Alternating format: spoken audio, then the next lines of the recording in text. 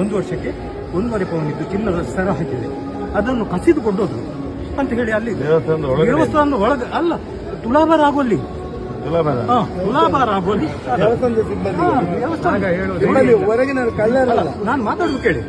ಆಮೇಲೆ ಏನಾಯ್ತು ಅಂತ ಹೇಳಿದ್ರೆ ನಾನು ನೇರವಾಗಿ ದೇವರ ಮಂಜುನಾಥ ಸ್ವಾಮಿ ಎದುರೇ ಹೋಗಿ ಹೀಗೆ ಕೂತ್ಕೊಂಡಿದ್ದಾರೆ ಅವರು ಪೀಠದಲ್ಲಿ. ಯಾರು? ನಮ್ಮ ಧರ್ಮಾಧಿಕಾರಿ, ಈಗಿನ ಧರ್ಮಾಧಿಕಾರಿ. ನಾನು ಹೋಗಿ ಹೇಳಿದೆ, ನನ್ನ ಮಗುವಿನ ಚಿನ್ನವನ್ನು ಕದ್ದುಕೊಂಡು ಹೋದ್ರು. ಮಾತಾರೆ ಎಂತ ಪರಿಹಾರ? ನೀವು ಅದೇ ಅಂತ ಹೇಳ್ತೀರಿ. ನೇತ್ರಾವತಿಯಲ್ಲಿ ಇವತ್ತು 2 ಪೌಂಡ್ ಇದ್ದೊಂದು ಮಂಗಲಸೂತ್ರವನ್ನು ಕೊಂಡೋದ್ರು.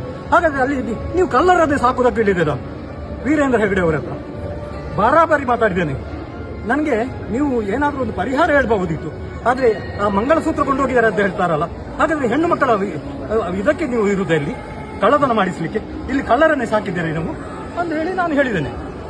ಅದು ನೇತ್ರಾವತಿಯಲ್ಲಿ ಕಳ್ಳತನ ಆಗಿದೆ, ಇಲ್ಲಿ ದೇವಸ್ಥಾನದ ಒಳಗಡೆ ನೋಡಿ, ಅಲ್ಲಿ ತುಲಾಭಾರ ಆಗುವಲ್ಲಿ ಕಳ್ಳತನ ಮಾಡುವಾಗ ಏನಾಗಿದೆ ಅಂತ ಹೇಳಿದ್ರೆ ಧರ್ಮಸ್ಥಳದಲ್ಲಿ ಹೊನ್ನು ಹೆಣ್ಣು ಮಣ್ಣು ಈ 3ಕ್ಕೆ ಅವರು ಇರುವುದಂತ ಹೇಳಿ ಈಗ ಗೊತ್ತಾಗಿದೆ.